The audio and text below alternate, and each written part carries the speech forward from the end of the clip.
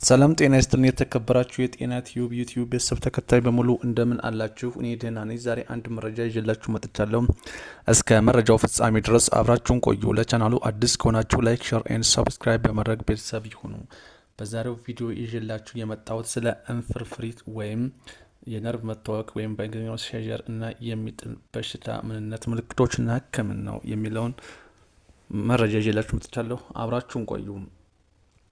የሚጥል በሽታ ስር ሰደድ ከሰው ወደ ሰው ተላላፊ ያልሆነ በነርቭ መታወክ ወይም ኢንፍርፍሪት ወይም በእንግሊዝኛው ሴዠር ወይም በአንጎል ውስጥ ያልተለመደ የኤሌክትሪክ እንቅስቃሴ ሞገዶች የተነሳ ተደጋጋሚ የሆነ በሰውነት ላይ ማንቀጥቀጥን፣ የጡንቻ መገታተርን የሚያስከትል ወይም እንግዳ እንድትሆን ሊያደርግህ የሚችል በሽታ ነው። የሚጥል በሽታ የመጣል ጥቃቶችን በመፍጠር የተለያዩ ቅድመ ዝንባሌ ያለው ይሆንና በዚህም ሳቢያም በኒውሮ ባዮሎጂ፣ በግንዛቤ ወይም ኮግኒቲቭ፣ በስነ ልቦና እና በማህበራዊ ውጤቶችና የአንጎልን መታወክ ማስተካከል ካልታከመ በሰዎች ላይ ዘርፈ ብዙ ችግሮችን ያስከትላል። የሚጥል በሽታ ሰዎችን በተደጋጋሚ የእንፍርፍሪት ሁነቶች ወይም ሴዠር ኤፒሶዲስ እንዲገጥማቸው የሚያደርግ በሽታ ነው። ይሁን እንጂ ሁሉም እንፍርፍሪት ወይም መንቀጥቀጥ ያለባቸው ሰዎች ሁሉ የሚጥል በሽታ ወይም ኤፒሌፕሲ ያለባቸው ግን አይደሉም። በአብዛኛው የሚጥል በሽታ የሚቆየው ለጥቂት ሰኮንዶች ወይም ደቂቃዎች ብቻ ነው። በዓለማችን ብዙ የሚጥል በሽታ ጥቂት ሰዎች ያሉ ሲሆን ከእነዚህም ውስጥ አብዛኞቹ እንደኛ ሀገር ባሉት ዝቅተኛና መካከለኛ ገቢ ባላቸው ሀገራት ውስጥ ይገኛሉ። በሀገራችን ኢትዮጵያን በሚሊዮን የሚቆጠሩ ታማሚዎች ቢኖርም ከእነዚህ ውስጥም በተለያዩ ምክንያቶች ሳቢያ ሕክምና እየተከታተሉ የሚያገኙት ግን ውስን እንደሆኑ ጥናቶች ያመለክታሉ። የሚጥል መከሰት ምክንያቶቹ ምንድን ናቸው? መንስኤዎቹ በዋናነት ለ5 ክፍሎች ይመደባሉ። መዋቅራዊ ወይም ስትራክቸራል፣ ለምሳሌ በየራስ ላይ የደረሰ አደጋ ወይም ሄድ ኢንጁሪ፣ የደም ስር ችግር ወይም ቫስኩላር ፕሮብሌምስ፣ የአንጎል ካንሰር ወይም ብሬን ኒዮፕላዝምስ፣ የጨቅላነት ህጻናት መታፈን ወዘተረፈ። የዘር ውርስ ወይም ጄኔቲክ ኦር ሄሪታሪ፣ በጣም ብዙ አይነት የብሔራዊ አወቃቀር ችግር ወይም ጄኔቲክ አልተርኔሽንስ ያሉ ሲሆን የሚጥል በሽታ ሲንድረምስ ወይም ጄኔቲክ ሲንድረምስ የሚባሉት በርከት አድርገው ያጠቃልላሉ። በጭንቅላት በኢንፌክሽን ወይም ኢንፌክሽየስ ምክንያት ለምሳሌ ያክል እንደ ማጅራት ገትር ወይም ሜኒንጃይተስ፣ የአንጎል ብግነት ወይም ኢንፍላሜሽን ለምሳሌ ያክል እንደ ኢንስፍሌትስ ብሬን አብሰንስ የመሳሰሉት ምክንያቶች ያሉ ሲሆን እነኚህም የተለያዩ ደቂቅ አካላት ወይም ማይክሮ ኦርጋኒዝምስ የሚመጡ ናቸው። ሜታቦሊክ የሰውነታችን ያሉ ቅመሞችን ያለመመጣጠን ሳቢያ የሚከሰቱ ሲሆን ይኸውም ለምሳሌ ያክል በደም ውስጥ የስኳር መጠን ማነስ ወይም ሃይፖግላሴማ፣ የማይታወቅ ወይም ኢንዶፋቲክ ወይም አናውን። ለዚህ በሽታ እንደ መንስኤነት ብዙ ነገሮችን እንዳየነው ቢኖርትም በአመዛኙ ለሚሆኑ ግን እንደ ምክንያትነት የሚጠቀሱለት እስካሁን ድረስ አይታወቅም። የሚጥል በሽታ ቢኖርበት ምርመራው ምን ይመስላል? ኦር የሚጥል በሽታ ካለበት ምርመራ ያስፈልገውታል? አዎ፣ እንደውም ምናልባትም ከሚከተለው ውስጥ አንዱን ወይም ሁሉም ሊሰራለውት ይችላሉ። ኤሌክትሮኢንሰፋሎግራፊ ወይም ኢኢጂ በአንጎል ውስጥ ያለውን የኤሌክትሪካዊ ሞገድና እንቅስቃሴን ይለካል። በዚህ መሳሪያ በመታገዝ ያለበትን የሚጥል በሽታ አይነት ለማወቅ ሊረዳ ይችላል። ሲቲ ስካን ወይም ኤምአርአይ ስካን። እነዚህ ምርመራዎች ደግሞ የአንጎል ውስጥ ምስሎችን በማንሳት ምናልባትም ይህ ችግር የሚታዩ የመዋቅራዊ ወይም ስትራክቸራል ምክንያቶች ያሉት መኖራቸውን ለማየት ይረዳሉ። በተጨማሪም ለሴሬብሮ ስፒናል ፈሳሾች ወይም ሲኤስፊ የአከርካሪ አንጓን በመብሳት ተቀርቶ የሚታይ ሲሆን በማጅራት ገትር የኢንስፈላይትስ ወይም የሰባራክሮኖይድ ደም መፍሰስ ወይም ኤስኤች በሚጠረጠርባቸው ታካሚዎች ላይ ሚና አለው። ሌላው ደግሞ በደም ናሙና ተወስዶ የሚሰሩ የምርመራ አይነቶች እንደየሁኔታው ታይቶ ሊታዘዙ ይችላሉ። እንዳው ግን የሚጥል በሽታ ምን አይነት ሰዎች ላይ ይከሰታል? ምንም እንኳን የሚጥል በሽታ በአብዛኛው በልጆችና በአዛውንቶች ላይ በአመዛኙ ቢከሰትም ችግሩ በማንኛውም የእድሜ ክልል ላይ ባሉ ሰዎች ሁሉ ሊከሰት ይችላል። የሚጥል በሽታ እንዴት ይታከማል? ኦር ዲያግኖሲስ ኦፍ ኤፒሌፕሲ የሚጥል በሽታ በተለያዩ አማራጮች አማካኝነት ይታከማል። እነዚህም በሐኪም የሚታዘዙ መድኃኒቶች ዋነኞቹ ሲሆኑ የሚጥል ህመም ባለባቸው ታማሚዎች ላይ የሚደረግ ሕክምና ዋና ግብ ከምልክቶቹ ነፃ የሆነ ሁኔታን ያለ አሉታዊ ተጽዕኖ ማሳካት መቻል ነው። ጸረ የሚጥል በሽታ መድኃኒቶች ወይም አንቲ ኮንቨልሳንት አብዛኛውን ጊዜ የሚጥል በሽታን ለመቆጣጠር ወይም የሚጥል በሽታን ለመከላከል ጥሩ ይሰራሉ እንጂ ፈጽሞ ግን የሚጥል በሽታን ፈውስ አድርገው ማዳን አይችሉም። ይህ ሆኖ ግን አንዳንድ ጊዜ ህመምተኞች ለሕክምና ቴራፒ በቶሎ ምላሽ የማይሰጡበት ሁነት አለ። ወደ 2/3 የሚሆኑት አዲስ የታወቁ የሚጥል በሽታ ያለባቸው ታካሚዎች ግን ከ1 ዓመት በኋላ ከሚያሳዩት የሚጥል በሽታ ወይም ኤፒሌፕሲ ምልክቶች ነፃ ናቸው። የተለያዩ አይነቶች ለሚጥል በሽታ የሚሰጡ መድኃኒቶች ያሉ ሲሆን ለእርስዎ ትክክለኛ የሆነው የሚወሰነው በህመሞ ሁኔታ እና ሌሎችም ምክንያቶች ታስቦ ይሆናል።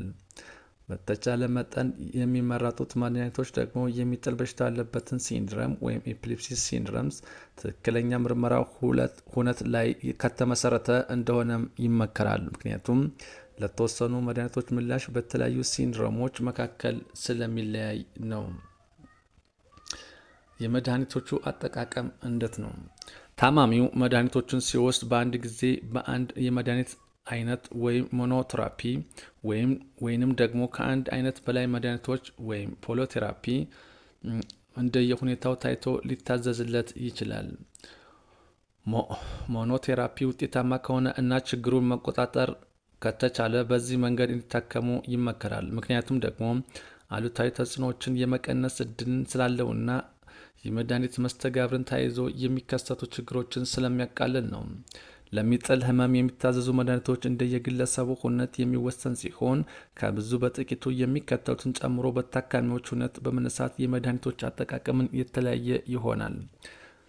አራስና ለነፍሰ ጡር ሴቶች፣ ለህፃናት፣ አረጋውያን ታካሚዎች፣ የወሊድ መከላከያ ወይም ኮንትራሴፕቲቭ ፒልስ በመውሰድ ላይ ባሉ ሴቶች ለምሳሌ እንደ ካራባ ማዜፔን፣ ፌኒቶይን፣ ፌኖባርቢታል እንደገና ደግሞ ላሞትሪጂን ወዘተ ያሉት የጉበት ኢንዛይሞችን የሚያበረታቱ ስለሆኑ በአፍ የሚወሰዱ የወሊድ መከላከያ ክኒኖችን ውጤታማነት ይቀንሳሉ። ስለዚህም ሌሎች አማራጭ መከላከያዎችን መጠቀም ያሻል።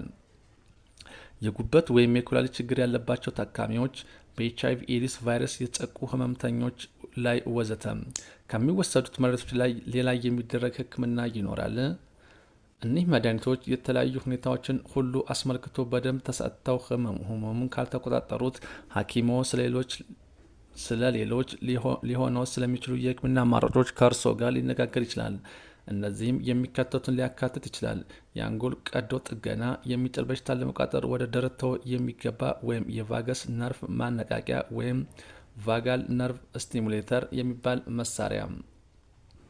ለሚጥል በሽታ ስለሚወሰዱ መድኃኒቶች ጋር ተያይዞ ስለምን ማወቅ አለብዎት ወይም ማወቅ ያለብዎት ነገር።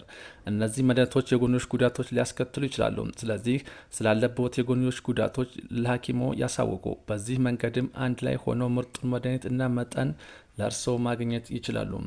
በጣም ከባድ ሊሆን የሚችሉ 2 ያልተላመዱ የጎንዮሽ ጉዳቶች አሉ። አንድ ሽፍታ ወይም ራሽ ካጋጠመ ወይም ራስን የመጉዳት ስሜት ወይም ሰስዲያል አቴምፕት ከተሰማዎት ወዲያውኑ ለሐኪሙ ያሳውቁም። እነኚህ መድኃኒቶች ሌሎች የሚወስዷቸውን መድኃኒቶች በተለያየ መንገድ ሊያውኩ ይችላሉ። በተጨማሪም ሌሎች መድኃኒቶችን ለየሚጥል ህመም ተብሎ የሚወሰዱ መድኃኒቶች ሁሉ በደንብ እንዳይሰራ ሊያደርጉት ሁሉ ይችላሉ። ስለዚህ ማንኛውንም አዲስ ማዘዣ ወይም በሐኪሞ ያልታዘዙ መድኃኒቶችን ከመጠቀሙ አስቀድሞ በደንብ ለሐኪሞ ማሳወቅ ይኖርቦታል። ለምሳሌ እነኚህ መድኃኒቶች የወሊድ መከላከያ ክኒኖችን በደንብ እንዳይሰሩ ያደርጋሉና ይህም ወደ ያልጠበቀ የእርግዝና ሊያመራ ይችላል። በጽንሱ ላይ ደግሞ የአፈጣጠር ችግር ጨምሮ ጠንካራ ያሉ ጉዳቶችን ሊያስከትል ይችላል። ለሚጥል ህመም የሚወሰድ መድኃኒቶች እስከ መቼ ድረስ ያስፈልጎታል? እንደየ ሁኔታው ይወሰናል። ለ2 ዓመታት ወይም ምንም አይነት ምልክት ከሌለው ዶክተሮ ካመነበት መድኃኒቱን ስለማቋረጥ ከእርስዎ ጋር ሊነጋገር ይችላል። ከዚህ በስከፊት ግን በራስዎ ውሳኔ ህመሙን ትቶኛልና ብለው በገዛ ፈቃድዎ መድኃኒቱን በጭራሽ ማቆም የለም።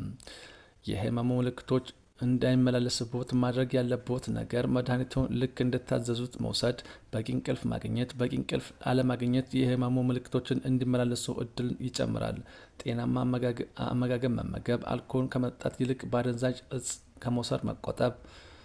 የሚጥል በሽታ የጤና ችግሮን ምንም ሳይሸማቀቁ ይልቁንስ እንዴት ሊረዳዎት እንደሚችሉ ያስረዱ። ለቤተሰብ አባላቶና ጓደኞቹ ያሳውቁ። ይኸውም ራስዎን ላለመጉዳት በተለይ የመጣል ሁነት ቢገጥመው በትክክለኛ ቦታ እንዲያስቀምጡት፣ ነገር ግን ምንም ነገር ወደ አፎ ውስጥ ማስገባት እንደሌለባቸው ያስረዷቸው። በሚጥለው ጊዜ ከ5 ደቂቃ በላይ የሚቆይበው ከሆነ በአፋጣኝ ወደ ሆስፒታል መውሰድ እንዳለባቸው አስረዱ። ከሕክምናው ጋር ተያይዞ የሚደረጉ ምክሮች የሚጥል በሽታ ላለባቸው ሰዎች በአብዛኛው ስለ ልቦናዊ ተግዳሮቶችን ያጋጥማቸዋል። ስለዚህ ማህበራዊ እርዳታና የዘርፉ ባለሙያ እገዛ ሊያስፈልጋቸው ይችላል። ከሐኪሞቹ ጋር ስለሚከተሉትና ለሌሎች ጉዳቶች ላይ መውሰድ ስለሚኖርባቸው የጥንቃቄ አይነቶች በደንብ መወያየት ይኖርቦታል። ማሽከርከር፣ ይህ እንደ ሀገሩ ሕግ የፈቃድ ሁኔታው የሚለያይ ሆኖ እንደገና ማሽከርከር ከመቻለው በፊት እንደ የሀገራቱ ሕጎች ሁነት ለተወሰነ ጊዜ ከህመሙ ነጻ መሆን ሊኖርቦ ይችላል። እንዲሁም የዶክተሮን ፈቃድ ማግኘት ሊኖርቦ ይችላል። ወደ ላይ ከፍ ያለ ቦታ ስለመውጣት፣ በእሳት ወይም በማብሰያ ስለመስራት፣ ተቀጣጣይ መሳሪያዎችን ወይም ሌሎች አደገኛ መሳሪያዎችን ስለመጠቀም፣ ገላን ብቻ ስለመታጠብ፣ ሻወር ለመዋኘት ወዘተ ተረፈ። ለዛሬ ይዤላችሁ የመጣሁት መረጃ ይህንን ይመስላል። በሌላ ቪዲዮ ወይም መረጃ እስከምንገናኝ ድረስ ሰላምና ጤና በያላችሁበት ለእናንተ ይሁን።